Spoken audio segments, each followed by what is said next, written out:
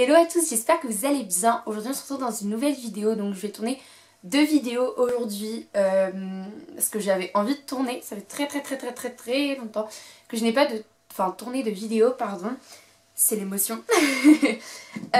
Du coup, comme vous avez pu le voir dans le titre, là c'est le book haul du mois d'automne. Et la deuxième vidéo que je tourne aujourd'hui, normalement c'est la palle pour le Cold Winter Challenge.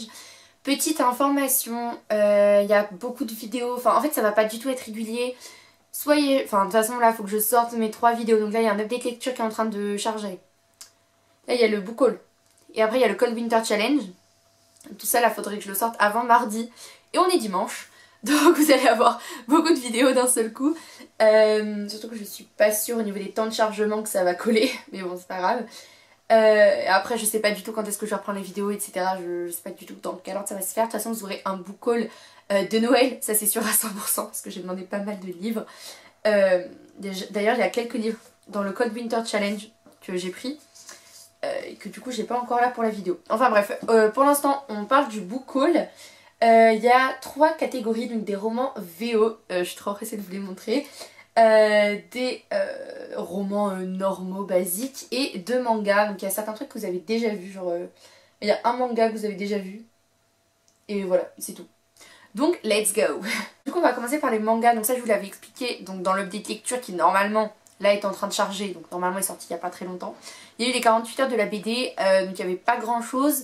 Même niveau manga et BD, donc en fait tout était à 2 €, enfin les mangas et les BD étaient à 2 €. Donc j'en ai profité pour prendre 2 mangas, il n'y en avait pas beaucoup, c'est pour ça que j'en ai pris que 2.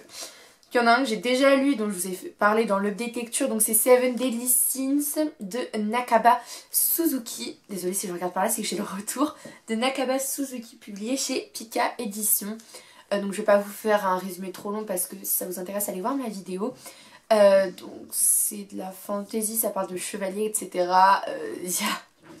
C'est assez vulgaire. Enfin, je veux dire, on voit beaucoup les seins. Après, voilà, c'est pas quelque chose qui me dérange. Mais bon, je vous préviens.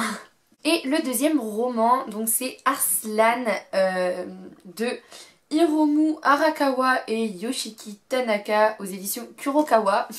Vraiment les noms japonais asiatiques comme ça c'est très compliqué à dire. Donc pareil là vous avez le petit logo 48 heures de la BD, donc il m'a coûté 2 €. Donc là on est dans un monde de fantasy mais total. Donc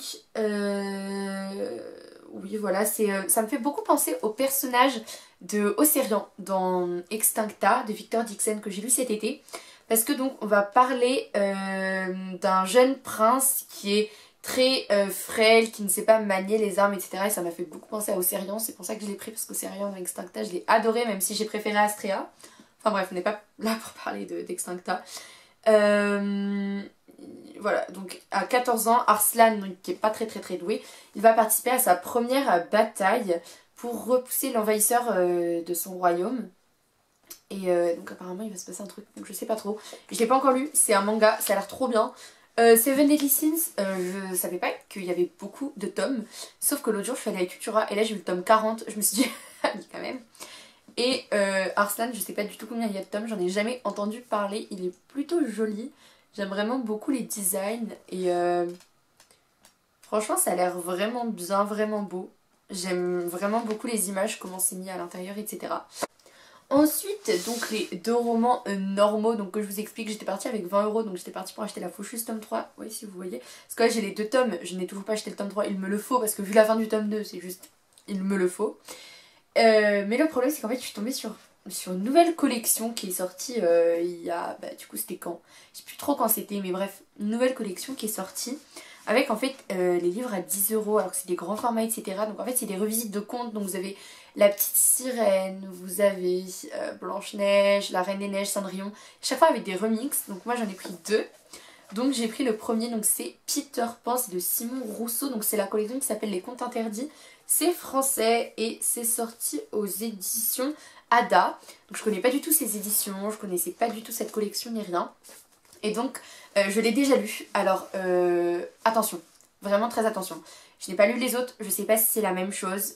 Lucas, mon meilleur ami, donc l'a lu. Il a été aussi choqué que moi, sauf que moi ça m'a pas trop dérangé parce que je suis habituée à certaines choses auxquelles lui n'est pas habitué. Donc en fait on va suivre donc l'histoire de Peter Pan, mais en fait dans notre monde, donc c'est-à-dire une vague de drogués qui se jettent des immeubles croyant pouvoir voler. Donc là on retrouve la poussière qu'on retrouve dans Peter Pan. La disparition d'une jeune femme, Wendy Gauthier, et de ses 2 frères délinquants évadés d'un pénitencier pour mineurs. Donc là on retrouve les personnages principaux de Peter Pan, du Disney qu'on connaît. Une île perdue dans la forêt boréale, habitée par une communauté déjantée et leur leader sans âge, Peter Pan et les jeunes. Une baronne du crime nymphomane et amoureuse des bijoux en forme de clochette, la fée Clochette. Et un enquêteur médisant dépourvu de sa main droite, dévoré par un cannibale qui hante encore ses nuits. Donc là on retrouve Crochet, on va retrouver Mousse également, on va retrouver le crocodile, enfin bref, vraiment tous les personnages, mais dans notre monde. Quand je vous dis de faire vraiment attention, je vous en parlerai plus en détail dans un update lecture. Mais je préfère vous prévenir tout de suite si le résumé vous a hypé. C'était le cas de Lucas, il était là, ouais ça va être trop bien, ça va être trop drôle. Faites vraiment attention, il y a des scènes très choquantes de viol. Il y a des scènes de violence, mais quand je vous dis de violence, c'est vraiment de violence. Après, quand moi je dis que je suis habituée, c'est que par exemple dans tout ce qui est Game of Thrones, etc., il y a déjà des scènes de viol ouvertement exposées, il y a des scènes de sexe, il y a vraiment des... c'est vraiment très gore, etc. Mais disons qu'en lecture, c'est pas toujours la même chose, mais pour ceux qui sont habitués aux séries du genre Walking Dead, Game of Thrones, Vikings, où c'est vraiment très très très violent, et je pense notamment à Game of Thrones quand je vous parle de scènes de sexualité et de viol, etc. Mais faites vraiment très attention, je préfère vous prévenir, parce que voilà, il y a vraiment des choses qui ne sont pas du tout pour les enfants. Franchement, je vous le déconseille en dessous de 15 ans, clairement, j'ai 15 ans, et encore c'est parce que j'ai été habituée. Lucas qui a 17 ans, il est un peu chamboulé encore par cette histoire. Mais bon voilà, il y a vraiment des scènes très très très très très choquantes, très dures, donc je préfère vous prévenir. Le deuxième roman, je ne l'ai pas encore lu, donc je pourrais pas vous dire si c'est bien ou non. C'est Rumpelstiltskin de Maud Roxtel, donc toujours des contes interdits, toujours publié chez Ada Éditions. Donc Rumpelstiltskin, pourquoi je l'ai pris lui tout simplement parce que je sais pas si vous connaissez la série Once Upon a Time qui est repassée sur M6 pendant le confinement. C'est juste génial, c'est par rapport à des revisites de contes. Et Rumpel, c'est mon personnage préféré dans la série. Mélissa, je pense à toi en disant ça. Et donc là, quand j'ai vu Rumpelstiltskin, j'ai direct foncé dessus. Donc Rumpelstiltskin, c'est un démon du petit peuple qui va pourchasser Lucia avant même sa naissance. Son œil malveillant se délecte de sa lumière depuis la nuit des temps. Donc après, vous avez des petits extraits. Donc maman, maman, quel est son nom? Comment s'appelle l'affreux lutin qui se cache sous mon lit? Exerçant des chantages émotifs savamment orchestrés, Rumpelstiltskin ensemence l'angoisse, engendre la folie et récolte la mort. Comment une mère peut-elle espérer sauver ses enfants de l'emprise d'un tracker intemporel, fugace et démoniaque? Rumpel comment? Rappelez-vous son nom, car si vous le surprenez sous votre lit, il sera déjà trop tard. Alors moi qui ai déjà très peur de tout ce qui est monstre dans le placard, je regarde sous mon lit avant de m'endormir, enfin bref, complètement parano. Mais vous savez aussi que j'aime beaucoup tout ce qui est horreur, etc. Et donc je sens que je vais adorer lire ce petit livre. Ça a l'air génial, ça me fait beaucoup... En fait, je pense que c'est un mixte entre le Rumpel que je connais de la série, et donc au niveau du personnage, mais également de Freddy les Griffes de la Nuit. Ça me fait vraiment beaucoup penser à ça, le côté que c'est sous le lit, quand on dort, etc. Ça me fait vraiment beaucoup penser à Freddy. On va maintenant passer au VO. Donc il y a un livre que j'ai été obligée d'acheter pour mon option de cette année, qui est donc la littérature anglaise, que j'ai commencé à lire, etc. Donc c'est Animal Farm de George Orwell, que j'ai aux éditions Penguin. Oui, Penguin Fiction. Donc c'est illustré, donc enfin illustré, voilà, vous avez des petites images comme ça. Je regarde dans le retour, oui vous voyez bien. Donc là moi j'en suis au chapitre 6 parce qu'il faut le lire pour demain, je l'ai toujours pas lu, enfin bref. Animal Farm, voilà, de George Orwell, c'est un classique, normalement vous le lisez au collège. Moi je l'ai du coup en version française parce que je l'avais lu au collège. Après voilà, il est bien, j'aime beaucoup le lire en anglais parce que les prénoms changent. Et je préfère les prénoms VO que les prénoms français, genre en français c'est Boule de Neige, et les autres je sais même plus comment ils s'appellent. Et en anglais c'est Napoleon, Snowball, Squealer, que des trucs comme ça. Et du coup j'aime trop les prénoms en VO. Puis c'est un vrai plaisir parce que littérature anglaise, j'adore cette spécialité. Je continue l'année prochaine et tout. Et donc bon voilà, petit achat. De toute façon ce sera dans un update lecture aussi, hein. Et là, mais alors là, c'était pas du tout prévu. Je suis allée sur Vinted, très mauvaise idée, et je suis tombée sur ça. Mais j'ai même pas réfléchi, en fait j'ai acheté et après j'ai demandé à ma mère si je pouvais l'acheter. C'est 2 livres. J'ai déjà le tome 1 en VF, que j'ai déjà lu, donc je vous ai fait un update lecture qui est un énorme coup de cœur, qui aura sûrement un Book Awards de cette année, je sais pas lequel, mais il y aura sûrement un Awards. La fin du tome 1 était affreuse, j'ai toujours pas le tome 2, je vous donne des petits indices pour que vous essayiez de deviner. J'ai toujours pas le tome 2, et j'ai demandé le tome 2 à Noël, je sais pas si je vais l'avoir.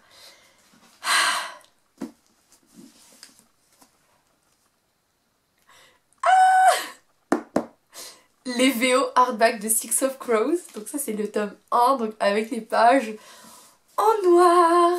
Il est pas magnifique, genre... Du coup j'ai commencé à le relire, j'en suis à la page 58, parce que voilà je vous dis je suis dans panne de lecture etc, mais regardez, je le bouge dans tous les sens donc vous voyez pas bien, mais regardez-moi mais cette beauté, il est sublime. Donc je vais juste enlever la jaquette pour vous montrer. Donc je sais pas si vous allez bien voir, mais ici on a un petit corbeau qui est incrusté, donc je pense que vous voyez pas bien. Et la tranche, mais la tranche, donc avec écrit Bardugo, donc parce que c'est de Leigh Bardugo, Six of Crows, et donc c'est aux éditions Henry Holt. C'est magnifique. Donc moi pour le lire j'enlève la jaquette parce que je veux pas l'abîmer parce qu'elle est vraiment très jolie aussi. Je suis trop heureuse, je vous jure je suis trop heureuse. Donc j'ai le tome 2 qui est là, que j'aime. Bref, Six of Crows c'est de la fantasy, je vais pas vous faire de résumé parce que pareil il y a un update lecture qui est sorti. Donc il y a 460 pages. Et ah oui je vous ai pas montré. Du coup, attendez je vais enlever la jaquette, ce sera vraiment plus facile. Donc sublime. À l'intérieur voilà, on a les pages en rouge. Et du coup à l'intérieur voilà ça se présente comme ceci, les cartes.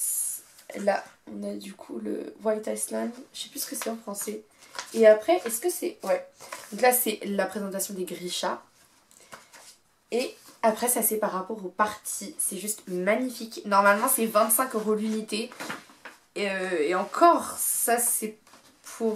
enfin bref vu que c'est des éditions limitées etc. Ouais ça doit être aux alentours de 25 €, 30 € l'unité. Enfin en dollars, donc en euros ça doit être un peu plus cher.